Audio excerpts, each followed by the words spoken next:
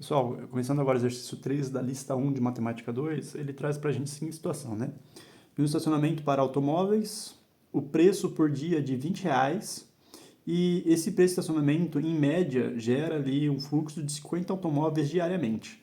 Se esse preço, em vez de 20, for 15, essa média vai subir para 75, e aí, a partir disso ele faz três questionamentos, né? Qual é a equação demanda? Ele quer que a gente calcule também a quantidade de demanda se o preço dessa diária for de R$ 10, e, por fim, ele pede para a gente fazer um gráfico. Quando a gente lê o enunciado, a gente pode identificar, então, que o preço a partir de R$ 20 gera uma média de 50 e o preço a partir de 15 gera uma média de 75. O que a gente tem com isso aqui? A pergunta que ele traz no A, ele quer que a gente ache a equação demanda. E aí, como que a gente pode formular essa equação?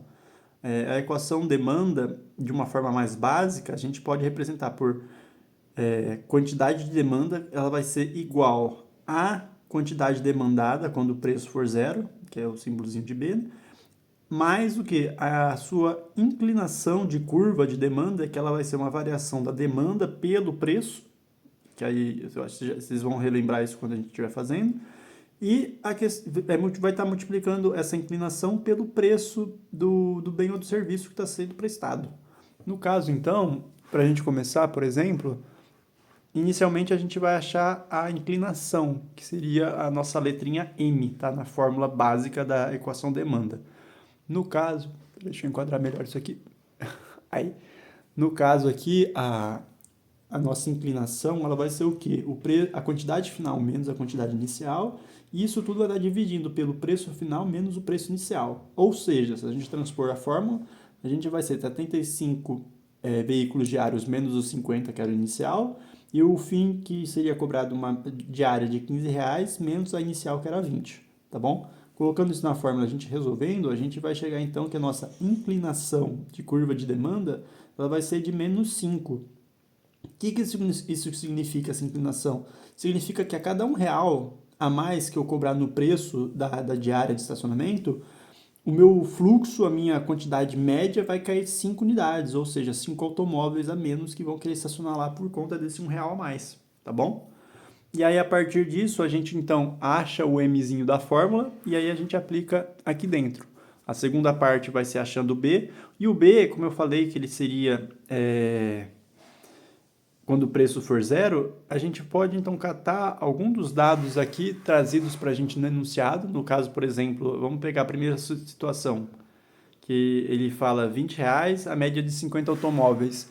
E a gente pode aplicar para achar isso, porque aqui em cima a gente achou o M, então a gente aplica a formulazinha com M menos 5, então vai ficar a quantidade de demanda vai ser igual a menos 5, que esse menos 5 então é a inclinação, multiplicado pelo preço, mais a quantidade demandada de preço zero, tá? Vocês podem notar aqui que eu só inverti. Antes eu colocava o B somado a inclinação vezes o preço, e aqui eu só inverti para ficar mais fácil a leitura, tá bom?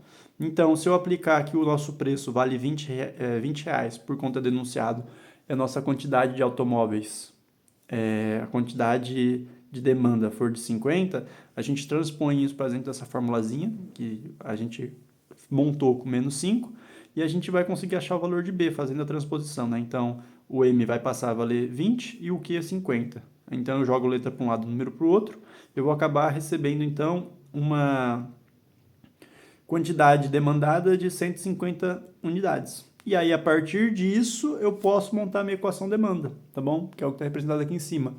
Isso aqui é a resposta do A, tá? Então, por conta desses passo a passo que a gente fez, a gente consegue chegar num possível formulação para expressar o que acontece dentro dessa empresa, enfim, que faz a parte de guarda dos automóveis, beleza?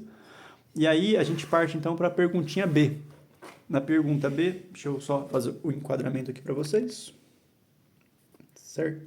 Peraí. Aí. Na pergunta B, ele fala para a gente assim: se minha cobrança for de R$ 10 a diária, qual vai ser o fluxo, né, de demanda diária de automóveis?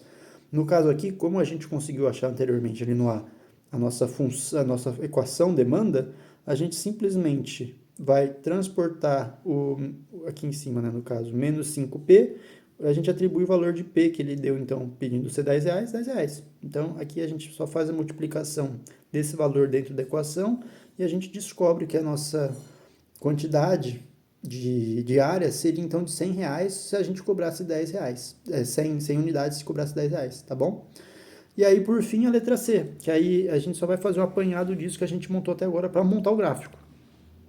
No caso, para montar o gráfico, a gente vai usar então a equação ainda que a gente descobriu lá, a equação demanda, que é a formulazinha que a gente montou, e aí a partir dela a gente atribui o valor de 20, 15, 10, aqui eu coloquei valores aleatórios. Vocês podem, no caso, alguns que a gente usou já aqui ao longo do exercício, né? Que ele tinha trazido para a gente o valor de R$ 20, 50 unidades, R$ 15, 75 unidades. E agora no item B, a gente descobriu que se cobrar R$ 10, vai ser 100 unidades de veículos.